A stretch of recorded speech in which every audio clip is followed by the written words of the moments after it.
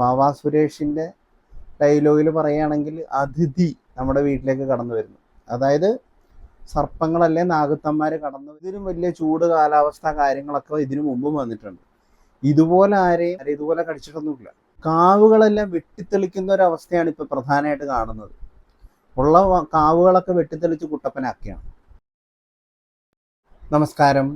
Metric ചാനലിൻ്റെ സെഗ്മെൻ്റായ ജ്യോതിഷ കൃഷ്ണാമൃതത്തിലേക്ക് എല്ലാവർക്കും സ്വാഗതം.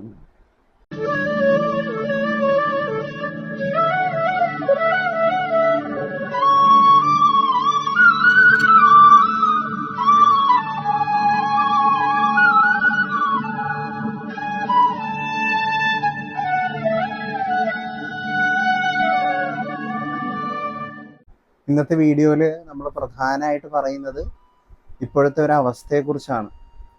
പ്രധാനമായിട്ടിപ്പോൾ ഭയങ്കര ചൂട് കൂടുതലുള്ള ഒരു സമയം കൂടിയാണ്.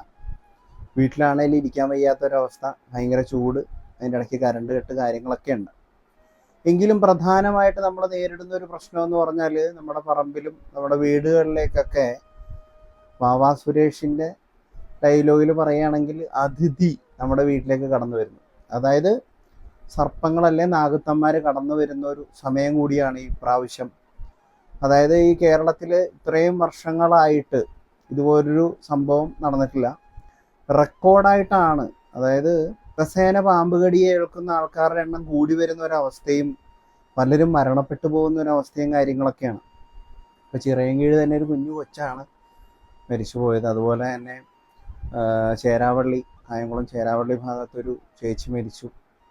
അങ്ങനെയുള്ള കുറേ കുട്ടികൾ മരിക്കുന്നുണ്ട്. വീട്ടിലേക്ക് നാഗത്താന്മാർ കടന്നു വരുന്ന ഒരു സാഹചര്യം കൂടിയാണ്. വളരെയധികം കൂടുതലായിട്ട് കടന്നു വരുന്നു. പ്രധാനമായിട്ട് അണലി പോലുള്ള നാഗങ്ങളാണ് കൂടുതൽ വരുന്നത്. ഇതെന്തുകൊണ്ടാണ് ഇങ്ങനെ വരുന്നതെന്നുള്ള കാര്യങ്ങളാണ് പ്രധാനമായിട്ട് നമ്മൾ കൂടുതൽ അന്വേഷണങ്ങളിലേക്ക് പോകേണ്ടത്.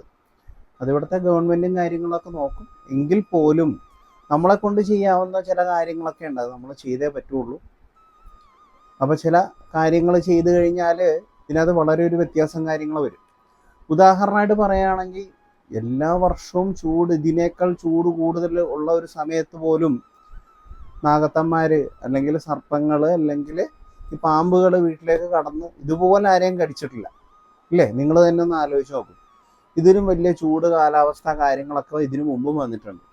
ഇതുപോലെ ആരെയും ഇതുപോലെ സർപ്പങ്ങളായിക്കോട്ടെ അല്ലെങ്കിൽ ഇതുപോലുള്ള അണലി പോലുള്ള പാമ്പുകളായിക്കോട്ടെ ആരെയും ഇതുപോലെ കടിച്ചിട്ടൊന്നുമില്ല. ഇതുപോലെ മരണങ്ങളും അറിയിച്ചിട്ടില്ല. അപ്പം ആൾക്കാർ പറയുന്നത് പുറത്ത് പോയി കഴിഞ്ഞാൽ ചൂട് കൊണ്ട് നിൽക്കാൻ പറ്റില്ല, അകത്ത് വന്നു കഴിഞ്ഞാൽ ചിലപ്പോൾ പാമ്പ് വരുമെന്നും കൂടി പേടിയാണ്. എന്താണ് ഇതിൻ്റെ പ്രധാനപ്പെട്ട ഒരു കാരണം എന്ന് പറഞ്ഞാൽ കുറേ കാവുകൾ, അതായത് ഏറ്റവും കൂടുതൽ കാവുകളുള്ള കേരളത്തിൽ തന്നെയാണ്. കാവുകളെല്ലാം വെട്ടിത്തെളിക്കുന്ന ഒരവസ്ഥയാണ് ഇപ്പോൾ പ്രധാനമായിട്ട് കാണുന്നത്. ഉള്ള കാവുകളൊക്കെ വെട്ടിത്തെളിച്ച് കുട്ടപ്പനാക്കിയാണ്. അപ്പോൾ എന്ത് പറ്റി? കാവുകളിൽ നാഗത്തിന് അല്ലെങ്കിൽ സർപ്പങ്ങൾക്ക് ഇരിക്കാനുള്ളൊരു സാഹചര്യം ഇല്ല. എപ്പോഴും നമ്മൾ ഏതെങ്കിലുമൊക്കെ കാവി പോകാൻ നേരത്ത് ഭയങ്കരമായിട്ടുള്ളൊരു കാടും ഒരു തണുപ്പും ഒരു പോസിറ്റീവ് എനർജി ആയിരിക്കും നമുക്ക്, ഇല്ലേ? പണ്ടത്തെ നമ്മൾ കാവുകളിൽ ഇപ്പോൾ ഉദാഹരണമായിട്ടൊരു 100 പാലും അല്ലെ തളിച്ചുകൂടയ്ക്ക് മാസത്തിലല്ലേ വർഷത്തിലെ ഏതെങ്കിലും പ്രതിഷ്ഠയ്ക്ക് പോകാൻ നേരത്ത് നമ്മളവിടെ ചെല്ലുമ്പോൾ തന്നെ ഒരു പ്രത്യേക അറ്റ്മോസ്ഫിയർ ആയിരിക്കും. സൂര്യൻ തന്നെ ഈ വൃക്ഷങ്ങളുടെ ഇടയിൽ കൂടി ലൈറ്റായിട്ടായിരിക്കും പുറത്തേക്ക് വരുന്നത്. അപ്പം തന്നെ ഒരു ഭയങ്കരമായിട്ടുള്ളൊരു പോസിറ്റീവ് എനർജിയും നമ്മൾ ഇന്ന് അത്രയധികം വെയിലത്തായിക്കോട്ടെ അവിടെ പൂജ നടക്കാൻ നേരത്ത് പ്രാർത്ഥിക്കുമ്പോഴും നമ്മൾ ടയേർഡ് ആവുന്നില്ല. ഇപ്പം പക്ഷെ അങ്ങനെയല്ല. ആ കാണുന്ന സൈഡും എല്ലാം വെട്ടിത്തെളിച്ച് ഭഗവാൻ ഇരിക്കുന്ന അവിടെയും, അതായത് നാഗരാജാവ് നാഗേഷി ഇരിക്കുന്ന അവിടെയൊക്കെ വെട്ടിത്തെളിച്ച് ഭയങ്കരമാക്കി. സാധാരണ അങ്ങനെയില്ല. അതിൻ്റെ ഫ്രണ്ടിൽ മാത്രം ഒന്ന് ക്ലീൻ ചെയ്ത് ബാക്കിലൊക്കെ വൃക്ഷങ്ങളുണ്ടെങ്കിൽ അതുപോലെയൊക്കെ നിർത്തും. ഇപ്പം അങ്ങനെയൊന്നുമല്ല. അപ്പോഴത്തേക്ക് ഇവർക്ക് ചൂട് കൊണ്ടിരിക്കാൻ വയ്യാത്തൊരു സാഹചര്യം കാര്യങ്ങൾ, അതുപോലെ മുറിവുകൾ കാര്യങ്ങൾ. അതായത് ഉദാഹരണം പറയുകയാണെന്നുണ്ടെങ്കിൽ ഇപ്പം പല കാവുകളിലും പൂജാ കാര്യങ്ങളില്ല. മാസപൂജ പോലും ചില ക്ഷേത്രങ്ങളിൽ അല്ലെങ്കിൽ കാവുകളിൽ നടത്തി പോകുന്നില്ല. കാരണം എന്തുകൊണ്ടാണ്? ഇവർക്ക് അതിനുള്ള സമയമില്ല. അതെങ്ങനെയെങ്കിലും എന്തെങ്കിലും ആയിക്കോട്ടെ. മിക്കവരും പുറത്തൊക്കെയാണ്. ഇവർക്കൊന്നും ഈ കാവുകളോ അങ്ങനെയുള്ള കാര്യങ്ങളൊന്നും നോക്കാൻ സമയമില്ല, പുറത്തായിക്കോട്ടെ, അതുകൊണ്ട് ഞങ്ങൾ വരുമ്പോൾ എപ്പോഴേലും നടത്താം. പക്ഷെ അതൊന്നും നാഗത്താന്മാർക്ക് അറിയില്ല. അവർക്ക് കിട്ടേണ്ട കുറച്ച് കാര്യങ്ങളുണ്ട്. എല്ലാ മാസവും ഇത്ര പൂജ, അതായത് ഒരു മാസപൂജ ആയിരിക്കാം, ഒരു തളിച്ചുകൂട 100 പാലും ഒരു പൂജയും. അപ്പോൾ ഈ മഞ്ഞൾ പൊടിയൊക്കെ അവിടെ വിതറിയാലേ അവർക്ക് എന്തെങ്കിലും മുറിവ് കാര്യങ്ങളുണ്ടെങ്കിൽ അതിൽ കൂടി അവർ പോകുമ്പോൾ അവർക്ക് അതിനുള്ളൊരു സംരക്ഷണം ലഭിക്കുകയുള്ളൂ. അപ്പോൾ ഇതില്ലാതെ വരാൻ നേരത്ത് ഇവർ പുറത്തേക്കൊക്കെ ഇറങ്ങുന്ന ഒരവസ്ഥ കാര്യങ്ങളൊക്കെ ഉണ്ടാവും. അങ്ങനെയാണ് അവരുടെ അടുത്ത് പോയി നിൽക്കുമ്പോഴും അങ്ങനെ പോകുമ്പോഴും കൂടെ സഞ്ചരിക്കുമ്പോൾ ചിലപ്പോൾ ചവിട്ടും. അപ്പോഴാണ് ഈ കടി കാര്യങ്ങളൊക്കെ കിട്ടുന്നവർ കൊത്തുന്നു. വിഷം നമുക്ക് നമ്മുടെ ശരീരത്തേക്ക് പ്രവർത്തിക്കുകയും പിന്നെ നമ്മൾ മരണപ്പെടുന്ന ഒരു സാഹചര്യമൊക്കെ ഉണ്ടാവുന്നത് അതുകൊണ്ടാണ്. അപ്പോൾ ഈ കാവുകളിൽ കറക്റ്റായിട്ടൊക്കെ പൂജ കാര്യങ്ങളൊക്കെ നടന്നു വരികയാണെങ്കിൽ വലിയ കുഴപ്പമില്ലാണ്ട് പോവാം. അതോടൊപ്പം തന്നെ നമുക്ക് കുടുംബത്തിന് ഐശ്വര്യം കാര്യങ്ങളൊക്കെ ഉണ്ടാവും. ഇപ്പോൾ ഇതൊന്നും ഇല്ലാത്ത ആൾക്കാരുണ്ട്. ഇപ്പോൾ ഒരു ദിവസത്തെ പൂജ പോലും, അതായത് വാർഷികമായിട്ടുള്ള ഒരു പൂജ പോലും നടത്താൻ പറ്റാത്ത ആൾക്കാരൊക്കെ ഉണ്ട് കേട്ടോ. ഇല്ലെന്ന് പറയുന്നില്ല. കുറേ പൈസ ഇല്ലാതെ നമുക്കൊരു പൂജ, ഒരു സപ്പോർട്ട് കാണത്തില്ല. എല്ലാവരുടെയും കൂടി ഒരു സപ്പോർട്ട് ഉണ്ടെങ്കിൽ മാത്രമേ കാവുകളിൽ പൂജയും കാര്യങ്ങളൊക്കെ നടക്കത്തുള്ളൂ. അല്ലാതെ ഒരു കുടുംബക്കാർ മാത്രം, അല്ലെങ്കിൽ അതിനുള്ള വരുമാനം കാര്യങ്ങളുണ്ടായിരിക്കണം. അങ്ങനെയുള്ളവരാണെങ്കിൽ ഒരു നാഗരാജാവ് നാഗേക്ഷിയൊക്കെ അവിടെ ഉണ്ടെങ്കിൽ ഒരു പൂവെങ്കിലും അവിടെ കൊണ്ട് വെക്കുക, ഒരു റോസാപ്പൂവെങ്കിലും അവിടെ കൊണ്ട് വെക്കുക എന്നാണ് പറയുന്നത്. അല്ലെങ്കിൽ മഞ്ഞൾ പൊടി, ഒരു കല്ലുപ്പ് ഒക്കെ പൊട്ടിച്ചിട്ട് അവിടെ കൊണ്ട് വെച്ചോളും. അപ്പോൾ ഇതിൻ്റെ അകത്തൊരു കാര്യങ്ങളിലൊക്കെ വ്യത്യാസം വരും. അത്രയും കാര്യങ്ങളെങ്കിലും ചെയ്യണം. ശരിക്കും പറഞ്ഞാൽ ഈ കാവുകൾ വെട്ടിത്തെളിക്കുന്ന ഒരു പരിധി വരെയൊക്കെ ഒന്ന് കുറയ്ക്കുക. പലരും ഈ കാവുകളൊക്കെ വെട്ടിത്തെളിച്ച് അല്ലെങ്കിൽ കാവിനെ പല സ്ഥലത്തും കൊണ്ട് കുടിയിരുത്തുക, അങ്ങനെയുള്ള കാര്യങ്ങളൊക്കെ ഉണ്ട്. അപ്പം അവിടെയുള്ള സർപ്പങ്ങൾ ഒക്കെ വരാൻ നേരത്ത് അവർക്കൊരു ബുദ്ധിമുട്ടാണ്. പിന്നെ ഒരു രക്ഷയില്ലെങ്കിൽ നമ്മൾ കൊണ്ടുപോയി ഏതെങ്കിലും ക്ഷേത്രത്തിൽ കൊണ്ട് കൊടുക്കുന്ന ഒരു കാര്യങ്ങളുണ്ട്, അതൊക്കെ. പക്ഷെ അല്ലാതെ ഈ കാവുകളൊക്കെ വെട്ടിത്തെളിക്കിയതെല്ലാം മാറ്റി അവിടെ വീട് പണിയുകയും അല്ലെങ്കിൽ പല ആൾക്കാർക്ക് വല്ല സ്ഥാപനങ്ങളോ തുടങ്ങാനുള്ള ഒരു കടമുറികളാക്കിയൊക്കെ കൊടുക്കുന്ന ഒരു പരിപാടിയൊക്കെ ഉണ്ട്. അപ്പോൾ അവിടെയുള്ള നാഗത്താന്മാർ അങ്ങനെയുള്ള വർഷങ്ങളായിട്ട് അവിടെ ഭക്ഷണം കഴിച്ച് ജീവിക്കുന്നവരൊക്കെ എങ്ങോട്ട് പോകും? അതുപോലെ ഇപ്പോൾ അടയിരിക്കുന്ന ഒരു സമയമാണ് പ്രധാനമായിട്ട്. 10-ാം ഉദയം കഴിഞ്ഞാൽ കന്നിമാസം വരെ, കന്നിമാസത്തിലെ ആയില്യം വരെ ഒരു അടയിരിക്കുന്ന ഒരു സമയമാണ്. അപ്പോൾ നാഗരാജാവ് നാഗേക്ഷിയുടെയൊക്കെ നമുക്ക് കാണാൻ പറ്റും കാവിൽ.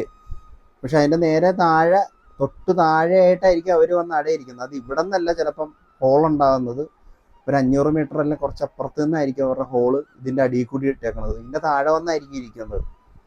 അപ്പം അതുകൊണ്ടാണ് കാവുകളിൽ പൂജ ഈ പറഞ്ഞ 10-ാം ഉദയം വരെ നമുക്ക് 100 പാലും തളിച്ചുകൂട കാര്യങ്ങളുള്ളൂ. അത് കഴിഞ്ഞ കന്നിമാസത്തിൽ അല്ലെങ്കിൽ തുലാമാസത്തിലെ മണ്ണാറശാല ആയില്യം തൊട്ട് പൂജ ഉള്ളൂ എന്ന് പറയുന്നത്.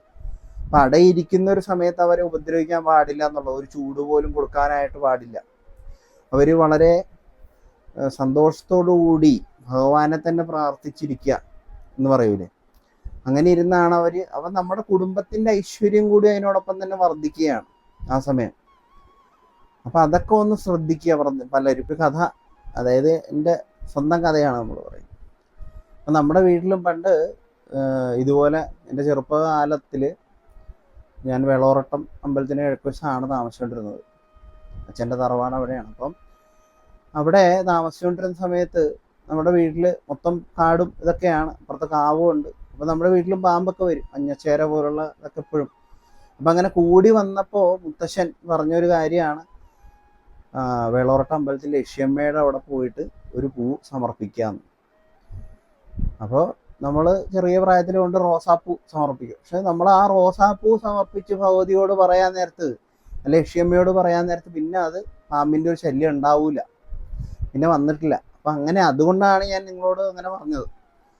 ഒന്നുമില്ലെങ്കിലും നിങ്ങൾക്ക് കാവുകൾ അങ്ങനെയുള്ള കാര്യങ്ങളുണ്ടെങ്കിൽ തൊട്ടടുത്തുള്ള കാവിൽ കൊണ്ടുപോയി പൂവെങ്കിലും സമർപ്പിക്കുക എന്നുള്ളത്. പ്രധാനമായിട്ട് വർഷത്തിലെങ്കിലും ഒരു പൂജ, വാർഷിക പൂജയായിട്ടെങ്കിലും ഒരു 100 പാലും തളിച്ചുകൂടെ നടത്തി അവർക്കൊരു നേദ്യം കൊടുക്കുകയാണെങ്കിൽ വളരെയധികം സന്തോഷം. ഈ കാര്യങ്ങളിലേക്കൊക്കെ ഭയങ്കര ഒരു മാറ്റം. അതായത് ഈ വർഷമാണ് പ്രധാനമായിട്ട് ഇത്രയുള്ള കാര്യങ്ങൾ. അതായത് ഞാൻ നേരത്തെ പറഞ്ഞ പോലെ തന്നെ പലരും ഈ സ്ഥലങ്ങളൊക്കെ വിറ്റ്, കാവുൾപ്പെടെയുള്ള സ്ഥലങ്ങളൊക്കെ വിറ്റ് പൊളിച്ചു കളഞ്ഞ് അതൊക്കെ പല കടമുറികളും അല്ലെങ്കിൽ പല വീടുകളും അങ്ങനെയൊക്കെ വെച്ചുപോയി. അപ്പം അതൊന്ന് ശ്രദ്ധിക്കുക. അപ്പോൾ ചിലരും പല സ്ഥലത്ത് കൊണ്ടുപോയിട്ട് ക്ഷേത്രങ്ങളിൽ കൊണ്ട് കൊടുക്കുകയൊക്കെ ചെയ്തു. അത് പിന്നെ അവരുടെ ഗതികേട് കൊണ്ടായിരിക്കും ചിലപ്പോൾ. നോക്കാൻ പറ്റാതെ തീരെ ഇല്ലെങ്കിൽ ഒരു വർഷത്തിൽ ഒരിക്കലെങ്കിലും അല്ലെങ്കിൽ മാസപൂജയെങ്കിലും എല്ലാവരും കൂടി ചേർന്ന് കാവിൽ നടത്തി തന്നെ പോവുക. അത് നിങ്ങൾക്ക് കൈവിഷമായിട്ടുള്ള എന്തെങ്കിലും പ്രശ്നങ്ങൾ വരിക അല്ലെങ്കിൽ കുടുംബത്തിൽ എന്തെങ്കിലും പ്രശ്നങ്ങളുണ്ടെങ്കിൽ അതിൻ്റെയൊക്കെ ഒരു ക്ഷേമത്തിനും ഐശ്വര്യത്തിനും വേണ്ടിയിട്ട് ഇങ്ങനെയുള്ളൊരു കാര്യം ചെയ്താൽ നാഗദൈവങ്ങളുടെ പ്രീതി നിങ്ങൾക്ക് കിട്ടും. അതുകൊണ്ട് തന്നെ നിങ്ങൾക്ക് നല്ലൊരു സമയവും കാര്യങ്ങളൊക്കെ ഉണ്ടാവും. നിങ്ങൾക്ക് എന്തെങ്കിലും കൈവിഷമായിട്ട് ബന്ധപ്പെട്ട ആരെങ്കിലും എന്തെങ്കിലും തന്നാലും നിങ്ങൾക്ക് ഈ പറഞ്ഞ നാഗദൈവങ്ങളുടെ പ്രീതി ഉണ്ടെങ്കിൽ അവരത് തടയും എന്നുള്ളതാണ് പറയുന്നത്. അപ്പം അതുകൊണ്ട് തന്നെ പല സ്ഥലത്തും പല കാവിലും പൂജയും കാര്യങ്ങളും ഒക്കെ നടക്കാത്തത് കൊണ്ടും ഈ പറഞ്ഞ കാര്യങ്ങളൊക്കെ ചെയ്യുന്നത് കൊണ്ടുമാണ് ഇങ്ങനെയുള്ള വിൽക്കലും പല സ്ഥാപനങ്ങളും ഇതിരുന്ന സ്ഥലത്തും ഒക്കെ ഇങ്ങനെ വരുന്നതും ഇനി കാവുകൾ വെട്ടിത്തെളിച്ചും ഇങ്ങനെയൊക്കെ പോകുന്നതുകൊണ്ടാണ് ഇപ്പോൾ കൂടുതലായിട്ട് ഈ നാഗത്താന്മാർ, അതായത് നാഗത്തിൻ്റെ ഇനത്തിൽപ്പെട്ട നാഗദൈവങ്ങളുടെ ഇനത്തിൽപ്പെട്ട അണലി എന്തും ആയിക്കോട്ടെ പാമ്പുകൾ നമ്മൾ താമസിക്കുന്ന സ്ഥലത്തേക്കും വീടുകളിലേക്കും ഇറങ്ങി പലരെയും കൊത്തുകയും അങ്ങനെയുള്ളൊരു കാര്യങ്ങളൊക്കെ ഉണ്ടാകുന്നു. അപ്പോൾ അതുകൊണ്ട് പറ്റുന്നവരൊക്കെ ഈ പറഞ്ഞ വഴിപാട് അല്ലെങ്കിൽ കുടുംബത്തിൽ കാവുണ്ട് അത് ചെയ്യുക, ഒരു 100 പാലും തളിച്ചുകൂടാ സമർപ്പിക്കുക.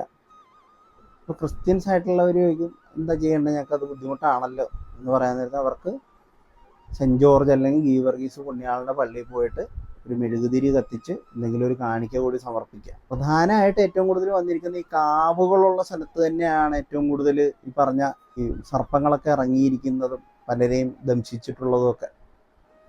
അപ്പോൾ അതുകൊണ്ടാണ് ഞാൻ കൂടുതലായിട്ട് ഇത് പറയുന്നത്. അപ്പോൾ വളരെയധികം ശ്രദ്ധയോടുകൂടി തന്നെ ഈ കാര്യങ്ങളൊക്കെ ചെയ്യുക. എല്ലാവരെയും ജഗദീശൻ അനുഗ്രഹിക്കട്ടെ എന്ന് പ്രാർത്ഥിച്ചുകൊണ്ട് ഇന്നത്തെ വീഡിയോ നിർത്തുന്നു. ചെറിയൊരു കാര്യമാണ്, പക്ഷെ അതിൻ്റെ ഒരു വാലിഡിറ്റി അല്ലെങ്കിൽ അതിൻ്റെ ഒരു എന്താ പറയുന്നത് അതിനുള്ളൊരു കാര്യങ്ങൾ വളരെ വലുതാണ്. ഇങ്ങനെയുള്ളൊരു ചെറിയ കാര്യം നമ്മളെ കൊണ്ട് ചെയ്യാൻ പറ്റുമെങ്കിൽ അതിൻ്റെ അനുഭവം നമുക്കുള്ളൊരു എന്താ പറയുന്നത് കുടുംബത്തിലെ ഐശ്വര്യം വളരെ വലുതാണ്.